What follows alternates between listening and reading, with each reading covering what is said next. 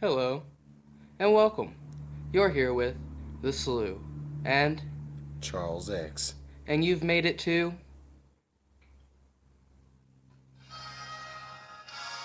the 2016 Marks vs. Smarks SMARKYS, with names like Finn Balor, Seth Rollins, Roman Reigns, Kevin Owens, Chris Jericho, John Cena, and so many more. It is the first annual Smarky Awards, and we are getting ready for a night of greatness.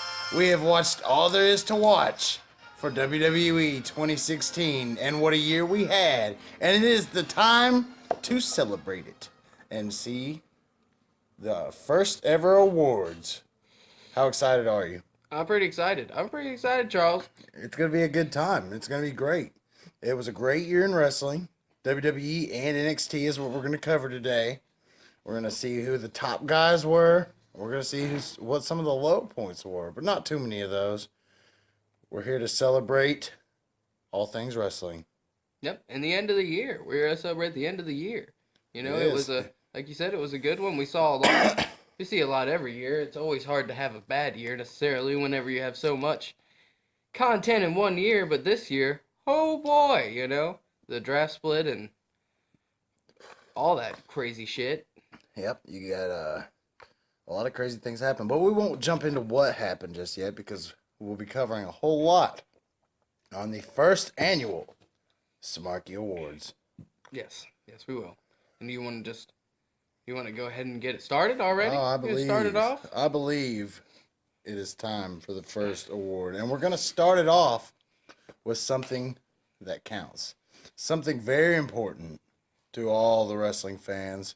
We're gonna go with Feud of the Year. Yes, that's right. We've seen a lot of good rivalries this year. We've seen some bad ones, but the top ones that we considered are The Miz versus Dolph Ziggler, AJ Styles and John Cena, Sasha Banks and Charlotte Flair, Kevin Owens and Sami Zayn, and Samoa Joe versus Shinsuke Nakamura. Some good options there. Definitely some good options. But there's some that I enjoyed more than others.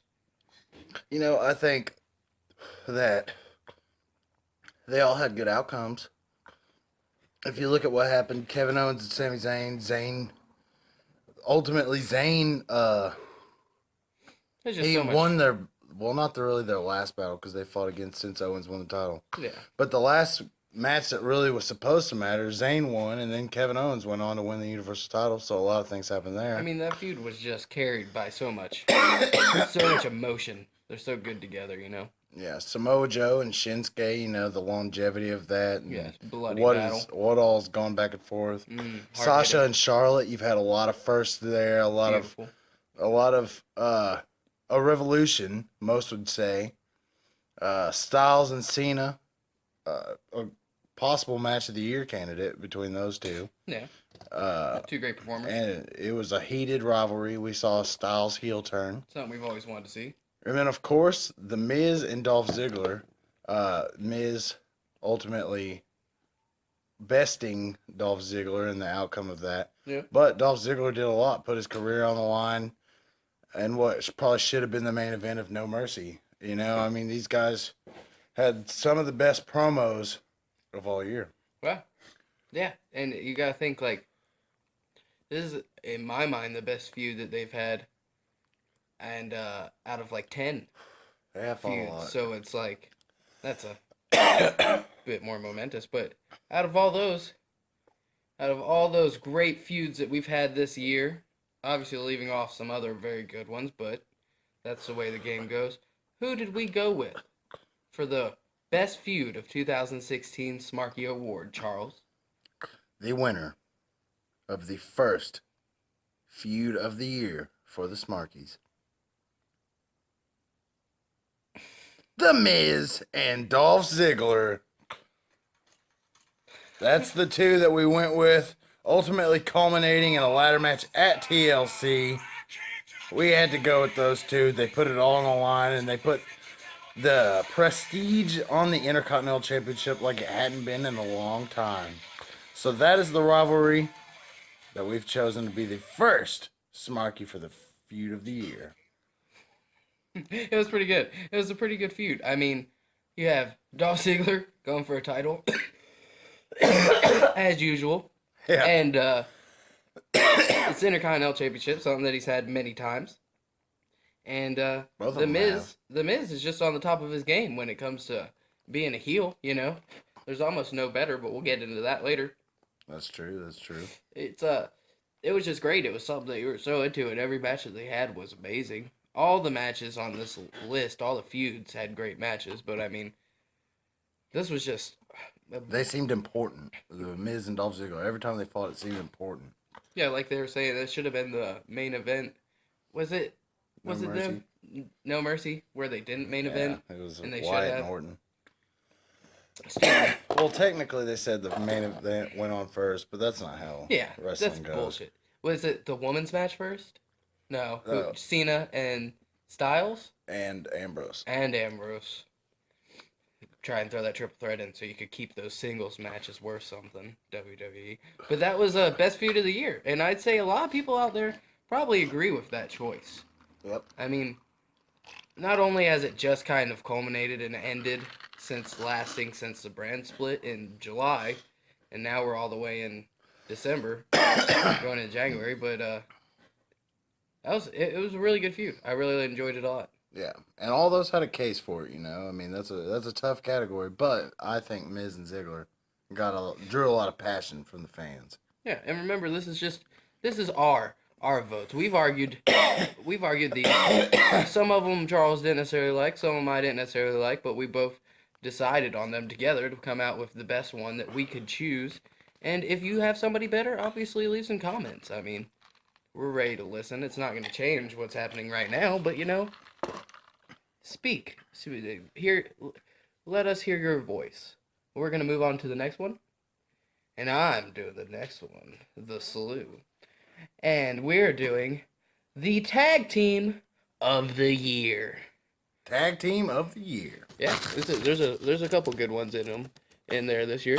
We're going to go with the Unstoppable New Day, the Devious Revival, the Heroes American Alpha, the Authors of Pain, and Beauty and the Man Beast, Slater and Rhino. And I'd say that that's the five tag teams that did good this year. Now, granted, in the beginning I said we got some good teams for you here, and they are good teams. But I don't think the tag team division was too great this last year. Take away from NXT. Yeah, NXT always had one premier tag match on all their takeovers, and I mean, that's something to look forward to. You know, a team that we didn't put on there. DIY. That was they because the Revival overshadowed them. That's what I think it is for me. Yeah. It's just like you see both of them and you're like, well, they're in the matches together. That's why they're both so good. And then you're like, well, God, the Revival's so damn sneaky. They're just, they really are really good. New Day, you can't discredit what they've done. Authors of Pain, Momentous. winners of the second Dusty Classic, and haven't been defeated. Nope. Slater and Rhino, the first SmackDown tag champs. They did it. God knows how, but they did it. Alpha, they've currently won the tag team titles. Which is constant crazy. Uprise of the year, pinning a 12-time world champ, Randy Orton. I think it's 12. Those Slater chants have been some of the loudest chants all of 2016. That's not a thing that we did, because that's not... I mean, we didn't really think about that, but, like, those Slater chants were loud still. Yeah. Slater's a good talent. But do you think that it's kind of a joke? It's about like when people were saying we want Ryder, I guess. Yeah. Yeah, but I think Slater's do you think it's a joke, or do you really think, no offense to you, anyone out there, that the Marks really just like Slater and Ryder? And I don't dislike Slater and Rhino, they might just think but I would funny. chant for somebody else, obviously. You think that's what it is? Hilarity? I mean, it seems like the fans always want to get people out of the doghouse. like Sandow when they were saying we want Mizdow. But When I it can was agree clearly with too that. late. I Why? can agree with because Okay, I you liked can't him say. too. Okay, well, you can't say Slater's I know a it's full comedy opinion. act, but Yeah. Sandow's not. I know. Because Sandow was purely a comedy Yeah, act yeah, for upwards of a year. No, I'm with you. I think Heath Slater's a very good wrestler, but they don't take him seriously at all. But Yeah. I'm just talking, But either way, want to go ahead and tell him who won? Who do you think? Go ahead. It was the tag team of the year for 2016 is The New Day. Yes, The New Day did it. They've been killing it this year. They've made it through thick and thin together. You got Xavier standing outside, giving it all to The New Day. Not getting a shot of his own necessarily, but still giving it for his boys. They held those titles longer than anyone has held the tag titles, in all of WWE history. And it was a great great holding. What were the words I'm looking for? Not great holding of the title. Reign. Great reign. It was excellent. I mean, lots of times where we thought they were bullshit, but that doesn't change anything. A lot of times they didn't defend it, and that kind of got to me. At pay-per-views, they weren't defending it, but you can't. They broke the record for the longest title reign, and that got me. Those merch sales. Yeah, and they're just for a while back, people were saying the best part of wrestling was New Day, and were saying the only tolerable thing. And no matter what people are saying about them now, they were saying it. So you always got that. So yeah, they deserve possibly it. next year, who knows? Possibly next year, Revival. No, we will say that. I'll say that was my runner-up. That was your New Day. first pick, really, but you settled with me. It's fine. Who cares? Let them see behind the curtain. I mean, give it to the Revival. The Revival did excellent this year. They killed it. To be an NXT tag team, and just like the Ascension wasn't a thought in anyone's head when they were doing that well. Even though that wasn't really on the network. Like, I didn't start catching NXT until it was on the network. I don't know how other people were, but supposedly other people were somehow. Now, New Day broke a record, but Revival broke a record, becoming the first team to be a 2-time NXT tag champ. But that record will easily be broken. That's good. Eventually. Okay. Well, actually, that's not a good thing. I hope that it's not. Yeah, if the Ascension comes back. But, I mean, the New Day broke a record that was how many years? 15 years? Like 20. 20 years, something like that? I don't remember. That's I was not too big of a Demolition fan, honestly. And it's just crazy. You would never think that they would get anything like that. You look at them as a joke somewhat. Yeah. But they still all great talents. But I guess that's it for the tag team of the year. It might have been predictable, but that's the sign of a true winner when it's predictable, if you ask me. Yeah, that's true. If there's a person that just is the winner, you just know it, then I mean, damn, how can you take it from them? What are we going to next, Charles X? The next category is a marquee for worst promo. Worst promo. Worst promo. Now, this is one I feel bad even covering, to be honest. But we shouldn't, because he does feel bad. He's felt bad the whole time. It's embarrassing. And we're focusing on a negative, but it's something you got to do. If you're going to be critical in wrestling, you got to talk about it. Yeah. But I'm going to go through these categories. I'm going to go through these nominees. Really, there's not a lot. The only ones I could think of. There was the Old Day segment that was really bad. Oh, yeah. Yeah. And that was just awful. There was the Kalisto promo that wasn't really on Raw or SmackDown, so, I mean, he's fine. Where he said the lucha thing. And then there was the Bailey Raw talk. And yeah, if you're gonna say Miz cut a great promo on Talking Smack, then you gotta acknowledge what Bailey did real bad on Raw Talk. Yeah. And it was real bad. It really was. And Booker T coaxed her through it. But yeah, I mean, It's not I'm gonna get to the winner here, or the loser ultimately, but I'm gonna get to the winner, and it's going to be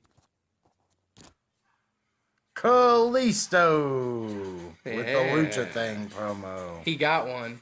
He got one. You know, I mean, he's going down in history as the first one to win that. That's like that promo that If dude we even shot. have that next year. What's the guy's name with the? Jumpin' Jeff Farmer. Yeah, God. If anybody out there hasn't heard this promo, you can even watch CM Punk redo the promo with Colt Cabana standing by his side. You can listen to Charles X at our home various times throughout the day, repeating it. It's just this guy it's hilarious. He beats Kalisto. You got me mad now. Oh, give it. What's his name again? Jumpin' Jeff Farmer. Jumpin' Jeff Farmer. Go listen to that. But yeah, Kalisto gets it. Not a great thing, obviously, to win, but I mean, God, what a devastating. You hardly ever see that. Like, you think of, like, who is it, Heinrich? Yeah. It's people like that, it just gives the worst promos. I don't even think that's who I was thinking of. I was thinking Shockmaster. who is that guy? God, he's You're such probably thinking Heinrich. such a Heinrich well-known wasn't name. good. The guy, it might have been, the guy who gave the promo and he thought they weren't live and he was like, Sid, yeah, Vicious. Psycho Sid. And he just freaking, He's like, restart. yeah, restart, and it's live, like, come on. That was really bad. But Kalisto, you won. Don't feel bad. Na, na, na, Because you're a winner at the end of the day. Na, na, na, You got you acknowledged. And it was just funny, man. That's all it is. Yeah, we had to... Don't hate me. I thought, you know what? Old Day might have been worse. You still won. But Old Day might have been worse. But Old Day was in front of everyone. That's what made it worse. But we're going to move on to the next one, not to put too much light. Oh, man, that was awful. Not to put too much light. We're going to move on to a good one. This one is going to be for the best commentator of 2016. And remember, we're just focusing on WWE, obviously. So there's no Jim Ross, sadly. He didn't commentate for WWE this last year, but we recognize that he's probably the best commentator of all time. But anyway, we'll get into the people that could be the best commentators, and that is Corey Graves, Michael Cole, JBL, Mauro Ranallo, and Byron Saxton. And I mean, hey, best commentator is kind of a hard guess, you know, that seems like more of an opinion thing. But what you do is you gather everyone's opinions and put them together, and that's the answer. I mean, that's life. And all of them did well. Think about this. If you had to hear one of these guys talking to you about your wrestling, which one would it be? Yep. And who has earned their spot in your ears? Yeah, we got some new ones this year, you know? Yeah, some got new a couple faces. New guys. You got a couple people who are old legends. Yeah, JBL's a legend. Michael Cole's a legend. Cole. I don't like the whole Cole thing in his name, but what? You know, Mike Cole. Oh my God, dude! You know? I never thought of that. Yeah. I wish you wouldn't have told me that. It's weird. I really wish you wouldn't have said that out loud because now I'm always gonna think of that. It just sounds like someone possesses a Cole. Like, oh, that's Michael Cole. But anyway, moving on. We're handing this Smarky out for the 2016 Best Commentator of the Year award to Corey Graves. The man is sick. He's everywhere. What all has he commentated on this year? He did the cruiserweight, like, well, he wasn't room commentating. thing. Yeah. He had the room he was thing, there. but he was there. It's like they had to have Corey. He was on NXT full time. He was on Raw full time. Bumped up before anybody else. He's had a great year. He really has. Wait, was Byron bumped up before Corey? Yeah, Byron's been there a while. Byron's been there a while. Yeah. But Corey Graves, man, he kills it. He doesn't ever mess up. He makes the best points. He's kind of a gray. He's usually on the side of the heel, but if something good happens that a face does, he doesn't normally. He acknowledges it. He acknowledges it, but still comes off condescending. And he's witty. He's good insults.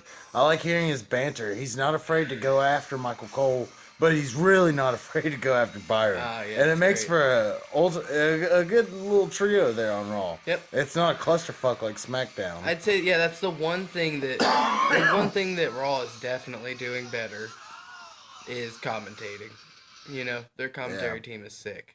Byron, everybody hated on forever, but I mean, he plays his role so well. He's goofy. He's goofy, Not but he plays his role so well. I like him. But Corey Graves, the dapper man himself, he's won Best Commentator of the Year. And I guess we'll just roll on to another one. All right, the next one we have is it's an award. Oh, an award. And imagine, and it's a good thing. Think of being more. Think of this guy as being more appreciated by the fans than the Biz. They had underrated. The underrated wrestler. But we're naming it. Sorry. We are calling it. I'm excited. The Malenko Award. Ooh. After Dean Malenko, a great wrestler who never really got, his due. Yep. Good wrestler. So, we're going to go into these, and we had some good nominees, and the ones that we think didn't get enough attention. Who are we nominating? We have Bailey. And I know I just talked about her bad promo, but she's a good talent, and she gives good matches, and the kids love her. They do. Ty Dillinger, the perfect 10, who hasn't always came out on top in matches, and I think in the years to come there's going to be more. But my God, you think of him when you think of this category. Yeah, that's true. Bray Wyatt. Now, you think he is a top guy in WWE, but he could be so much more, and should be so much more. Neville. We got Neville in there because now recently Neville has turned heel and has joined the Cruiserweight division and is on fire. So, but that's going into the new year. But that's the new year. That's for 11 of the 12 months in the last year. He was either hurt or not, or left off TV or jobbing to Strowman. And the last option, Sami Zayn. Speaking of jobbing to Strowman, he got Sami Zayn on here. A guy who was the heart and soul of NXT, but ever since getting to the main roster, really hasn't been being treated as a top superstar. Yeah. And there's no real reason behind that, except for maybe the fact he looks like the new Christian. Yeah. And I don't think that helps him. But I wonder if other people think that. I know you say that, but I've never seen that anywhere else. That's my thing. I hope other people don't even think that. I hope that's the thing I say, and people are like, huh, wow, he kind of does. He kind of looks like Christian. Later years Christian, too. Yeah. Not the mesh shirt Christian. That's what Samuel Zayn needs, a mesh shirt. But, all the people on this list really have been... Bray Wyatt should be more. He should have won a world title by now. And Neville, one of the best high flyers, if not the best wrestler in his weight class. Everything he does looks crisp. You can argue Finn Balor, but it seems like Finn Balor doesn't necessarily fight as a small guy. But, who are we giving it to? Who's getting the first ever Malenko Award of 2016? Well, we're going to give that honor to the man with the name Sami Zayn. Oh, he pulled it out.